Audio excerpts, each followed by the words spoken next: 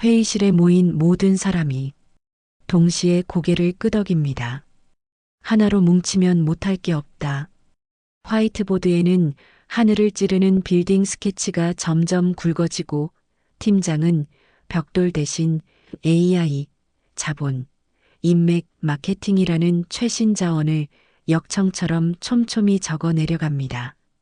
모두의 박수 속에 프로젝트가 출발하는 순간 이상한 일이 조용히 일어납니다. 같은 한국어로 이야기하는데도 더 높이라는 말이 어떤 이에게는 명예의 증거로 다른 이에게는 안전무시로 들립니다. 흩어지지 말자라는 구호는 의견의 다양성을 모으자는 뜻이었는데 어느새 다른 목소리는 잠깐 꺼두라는 압박으로 변해갑니다. 그날 밤 귀갓길 엘리베이터 거울 앞에서 문득 마음이 멈춥니다. 우리가 세우는 건 정말 모두의 선을 위한 탑일까?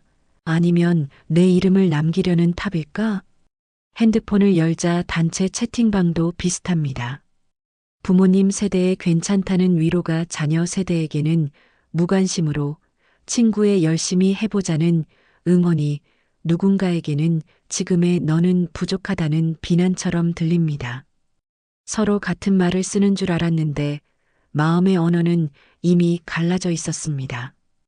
그래서 작은 결정 하나에도 오해가 켜켜이 쌓이고 우리는 같은 층에 서 있지만 다른 방향을 바라보는 낯선 사람들이 되어갑니다. 바로 그때 아주 오래된 기록이 오늘로 걸어옵니다. 온 땅의 언어가 하나여 말이 하나였더라. 동쪽으로 이동하던 사람들이 신할 평야에 자리를 잡고 벽돌을 빚어 굽고 진흙 대신 역청을 쓰며 하늘 꼭대기에 닿는 탑과 이름을 세우자고 결의합니다. 우리가 흩어지지 않게 하자. 얼마나 멋진 연대의 구호였을까요? 그러나 하나님께서 내려와 그들의 언어를 섞으시자 그들은 서로를 이해하지 못했고 결국 도시 건설은 멈추었습니다. 그곳의 이름이 바벨이 된 것은 탑이 낮아서가 아니라 마음이 갈라졌기 때문이었습니다. 우리는 지금 고대의 지구라트 앞에 선 사람들이 아닙니다. 하지만 더 높은 연봉, 더 높은 직함, 더 높은 빌딩과 지표를 바라보며 이름을 남기려는 오래된 열망 앞에서는 놀랄 만큼 닮아 있습니다. 기술은 벽돌처럼 단단해졌고 자원은 역청처럼 질겨졌지만 마음의 언어는 때때로 더 쉽게 섞이고 깨집니다. 그래서 의욕의 출발선에서 관계는 휘청이고 성취의 정점에서 공동체는 균열이 납니다. 바벨의 이야기는 우리에게 묻습니다. 당신이 지금 쌓는 것은 탑인가? 예배하는 삶의 자리인가? 당신이 두려워하는 것은 흩어짐인가? 아니면 하나님의 자리 비워두기인가? 이 영상은 그 질문을 피하지 않겠습니다. 창세기 11장 1절에서 9절을 따라 인간의 선한 의도와 탁월한 기술이 왜 때로는 무너짐의 시작이 되는지, 하나님은 왜 내려오심으로 우리의 언어와 계획 사이에 개입하시는지, 그리고 그 개입이 심판만이 아니라 자비의 초대가 되는 이유를 차근차근 살펴보려 합니다. 오늘 이 이야기가 여러분의 회의실과 가정, 교회와 마음 한가운데 비추는 거울이 된다면 이어질 전개가 분명 더 깊고 따뜻할 것입니다. 흥미가 생기신다면 지금 구독과 좋아요로 함께 걸음을 맞춰주세요.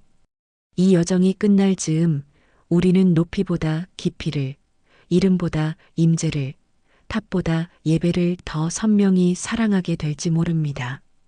밤바람이 식어갈 무렵 평야 끝자락에서 연기가 솟습니다. 흙을 개어 벽돌을 빚고 불길 속에서 붉게 달아오른 벽돌이 하나씩 꺼내집니다.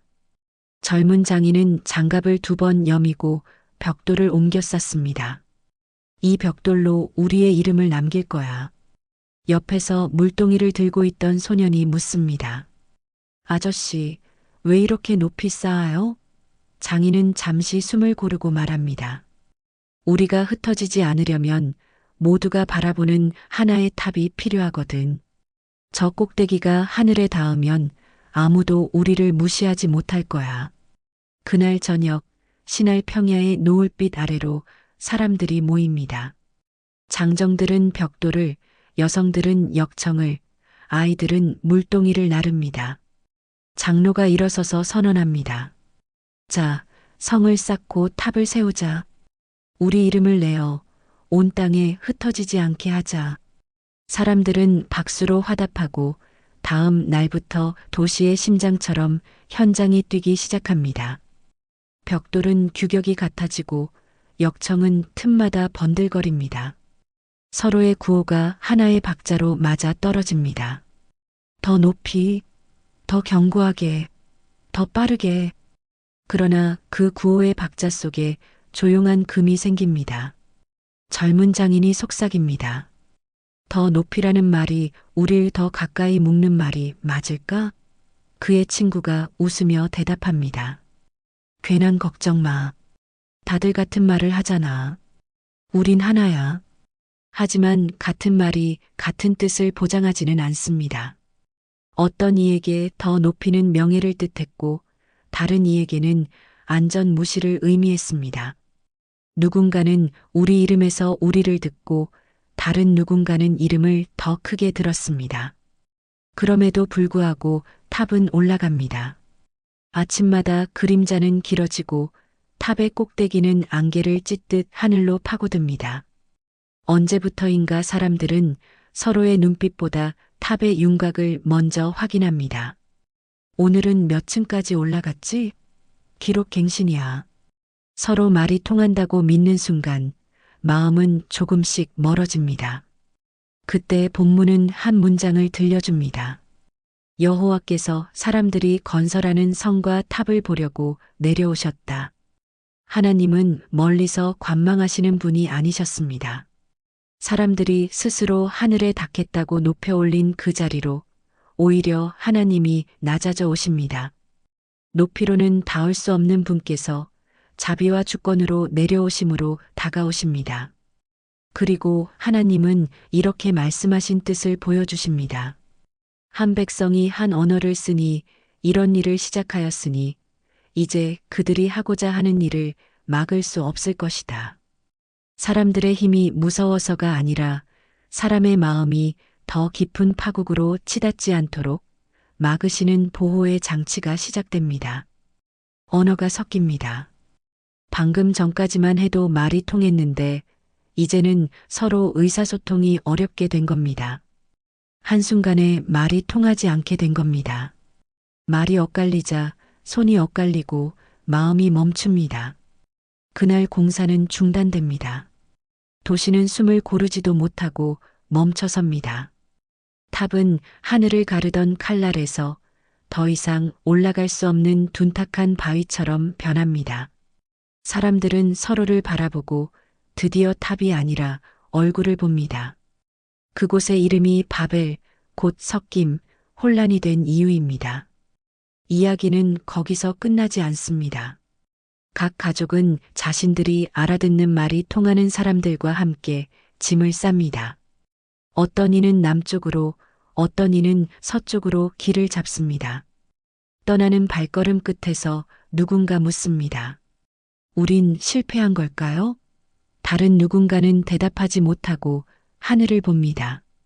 높이로는 닿지 못하던 그 하늘에서 바람이 부드럽게 내려옵니다. 하나님이 멈추게 하신 것은 끝이 아니라 새 출발을 위한 브레이크였다는 사실을 사람들은 훗날에야 천천히 깨닫게 됩니다. 본문 바로 다음 장에서 하나님은 한 사람, 아브람을 부르십니다. 내가 내 이름을 창대하게 하겠다. 바벨에서 사람들은 스스로 이름을 내고자 했습니다.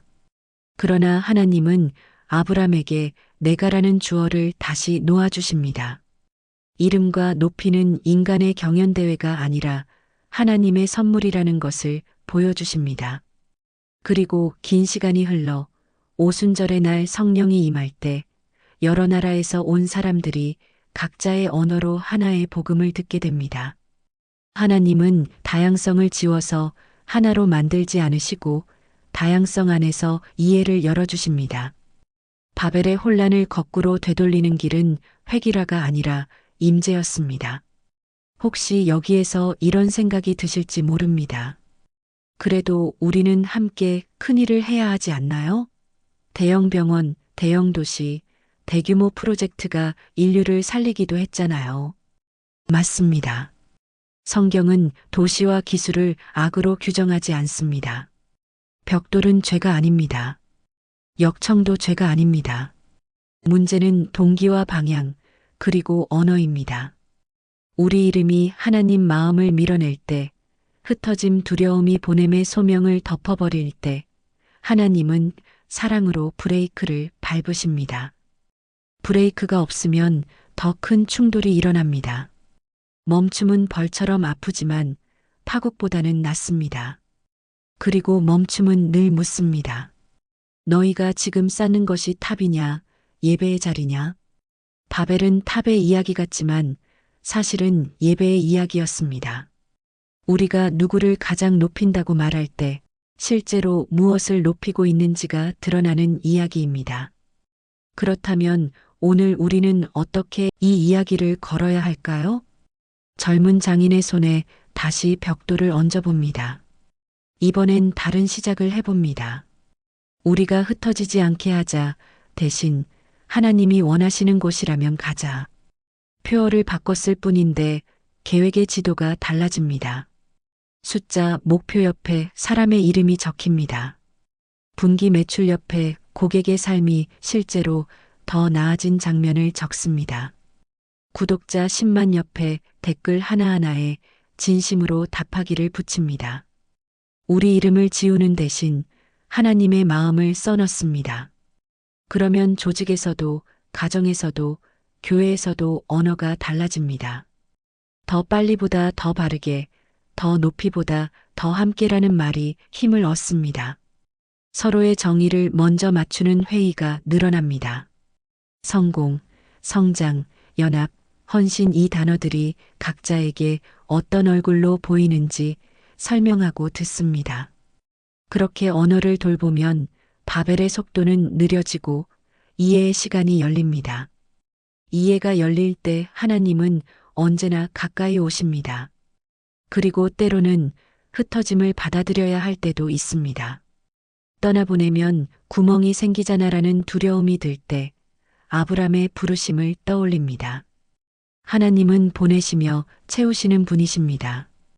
공동체가 누군가를 선하게 보내면 하나님은 새로운 만남과 사명을 길 위에 준비해 놓으십니다. 교회는 단지 모이는 곳이 아니라 보내는 곳일 때 더 교회답습니다. 기업도 마찬가지입니다. 좋은 이별은 좋은 네트워크를 남깁니다. 가정에서는 자녀의 진로를 층수가 아닌 깊이로 상상해 봅니다. 높은 탑의 꼭대기보다 낮은 자리에서 사람을 살리는 길이 더 높을 수 있습니다. 하나님은 그런 길에서 자주 내려오십니다. 이야기의 첫 장면으로 다시 돌아가 봅니다. 평야 위로 새벽이 밝아옵니다.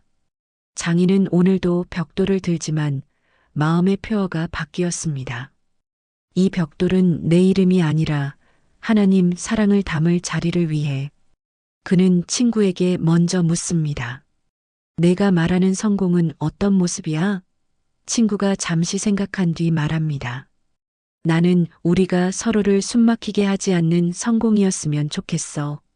두 사람의 언어가 맞춰지는 순간 비로소 일은 다시 시작됩니다. 탑은 더디게 오르지만 사람은 더 깊어집니다. 그 자리에서 하나님은 여전히 내려오십니다. 높이로는 닿지 못하는 임재가 낮음 속에서 가까워집니다. 결국 바벨탑 이야기는 우리 모두의 현실을 비춰주는 거울입니다. 같은 말을 쓰는 듯해도 마음은 갈라질 수 있고 큰일을 하는 듯해도 예배를 잃을 수 있습니다. 그러나 하나님은 멈춤으로 지키시고 흩어짐으로 부르시며 임재로 이해를 다시 열어주십니다. 그래서 우리는 이렇게 결심합니다. 탑보다 제단을, 이름보다 임재를, 획일보다 이해를 선택하겠습니다. 말이 통하는 공동체가 아니라 마음이 통하는 공동체를 세우겠습니다. 그 길에서 하나님은 오늘도 내려오셔서 바벨의 혼란을 오순절의 이해로 바꾸십니다. 그리고 각자의 일터와 가정, 교회와 도시에서 서로의 언어가 열리는 기적을 시작하십니다. 마지막 장면을 천천히 떠올려 보겠습니다. 새벽빛이 신할 평야를 쓰다듬을 때 미완의 탑은 바람에 길을 내주고 사람들의 얼굴이 서로를 다시 바라봅니다. 오늘 우리의 하루도 그 장면과 닮아 있지요. 높이를 재던 줄자를 잠시 내려놓고 마음의 언어가 통하는지부터 확인해야 한다는 것을 우리는 배웠습니다. 하나님이 내려오셨다는 한 문장이 모든 것을 바꾸었습니다. 우리가 올라가야 만날 수 있는 분이 아니라 사랑으로 가까이 오시는 분. 그래서 실패처럼 보인 멈춤이 사실은 은혜의 브레이크였고 두려움이었던 흩어짐이 사실은 부르심의 시작이었습니다. 이제 아주 간단한 고백으로 오늘의 이야기를 마무리하고 싶습니다. 주님, 높이보다 임재를 더 사랑하겠습니다. 이 짧은 고백이 우리의 회의실과 가정, 교회와 골목길을 바꾸기 시작할 것입니다. 일터에서는 목표 옆에 사람을 살리는 기준을, 가정에서는 계획 옆에 서로의 안부 묻기를, 공동체에서는 구호 옆에 경청의 시간을 붙이십시오. 같은 말을 나눴다고 안심하지 말고 같은 뜻을 확인하는 습관을 들이십시오.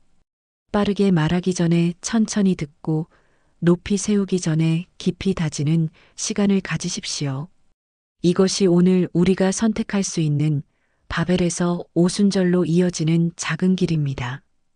혹시 지금 당신의 삶이 중단된 공사장처럼 멈춘 채로 서 있나요? 계획이 흐트러지고 관계의 벽돌이 제자리를 찾지 못하나요? 그렇다면 너무 낙심하지 않으셔도 됩니다. 하나님이 개입하실 때 종종 우리의 속도는 줄어들고 언어는 섞입니다. 그러나 그 멈춤의 자리에 하나님이 내려오십니다. 우리와 다시 눈을 맞추고 서로의 얼굴을 보게 하십니다. 그리고 결국 내가 내 이름을 창대하게 하겠다는 약속으로 우리를 부르십니다.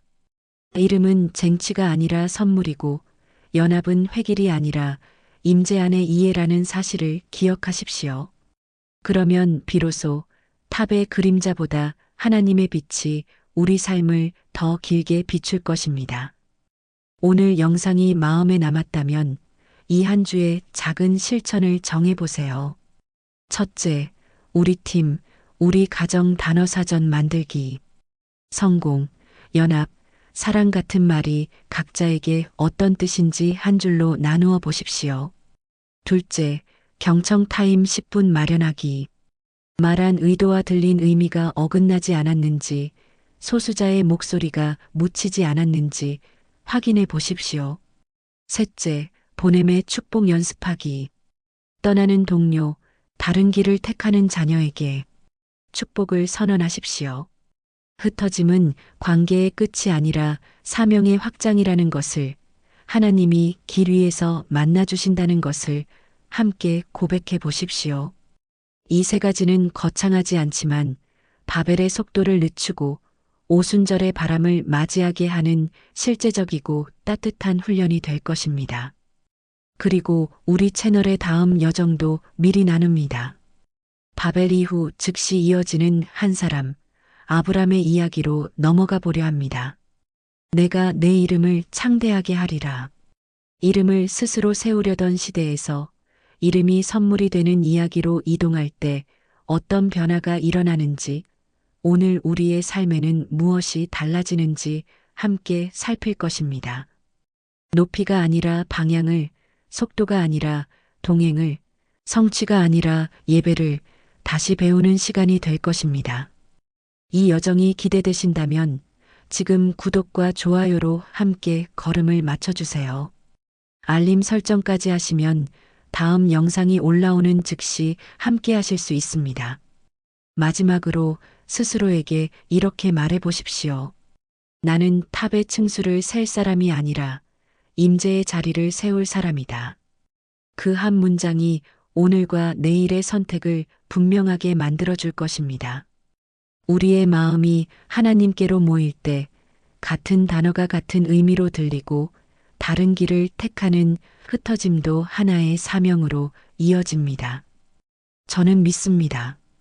하나님은 오늘도 내려오셔서 당신의 일터에, 식탁에, 예배에, 또 이 영상을 보고 있는 바로 이 순간에도 이해의 문을 여시고 사랑의 언어를 다시 가르치십니다. 끝으로 진심을 전합니다. 함께 걸어주셔서 감사합니다.